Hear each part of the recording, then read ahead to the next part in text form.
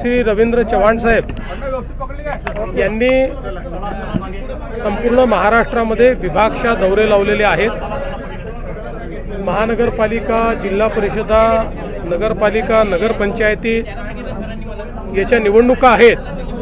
त्या निवडणुकीच्या निमित्ताने आढावा घेण्याकरता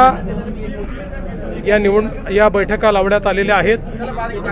आमचे यापूर्वी मराठवाडा, उत्तर महाराष्ट्र, कोकण असे सगळे विभाग आम्ही पूर्ण आणि पश्चिम महाराष्ट्र असे 4 विभाग पूर्ण केले आहेत। आता अमरावती विभागाचा आमचा आढावा संपतोय आणि संध्याकाळी नागपूर विभाग करून मग केवळ मुंबई महानगरपालिका आमची बाकी राहील, जी पुढच्या आठवड्यात आम्ही करू। एकूणच कार्यकर्त्यांची मानसिकता आणि तयारी चांगली आहे।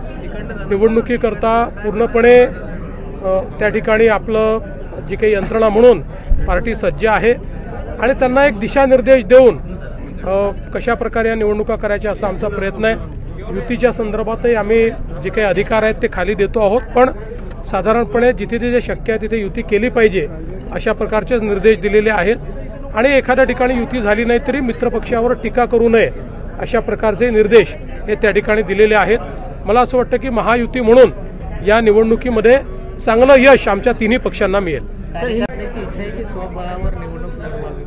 अशी कार्यकर्त्यांची इच्छा नेहमीच असते, परंतु त्या ठिकाणच्या परिस्थितीचा विचार करून निर्णय करायचा असतो। केवळ सगळ्यांना निवडणूक लढता यावी एवढ्यापुरतं आपल्याला अशा प्रकारचा निर्णय घेता येत नाही।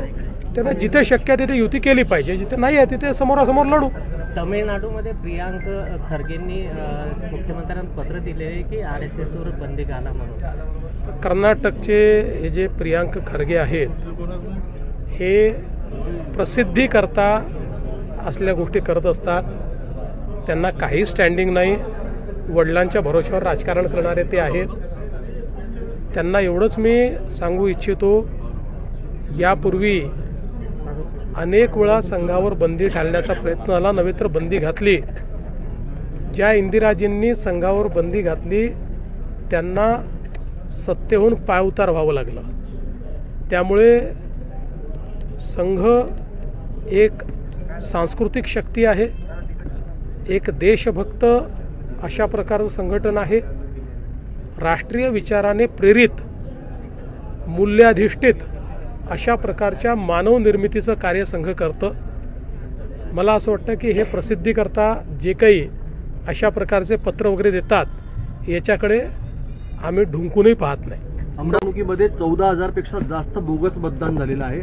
लिपिक, चपरासी, इव्हन स्कूल बस चालक सुद्धा यांना सुद्धा मतदार यादीत समाविष्ट कशात कुठल्या मागच्या यामध्ये शेखर भोये यांनी एक अशा प्रकारची तक्रार ही आमच्याकडे आलेली आहे आणि आमच्या लोकांनीही ती तक्रार त्या ठिकाणी निवडणूक आयोगाकडे दिली आहे। यावेळेस आम्ही पूर्णपणे लक्ष ठेवून आहोत की अशा प्रकारे कुठल्याही परिस्थितीत असे खोटे मतं नोंदवून कोणाला त्या ठिकाणी निवडणूक लढता येऊ नये। सकाळी संजय राऊत म्हणाले होते की काँग्रेसला सोबत घेण्याची राज ठाकरेंची इच्छा आहे। कोण आहेत?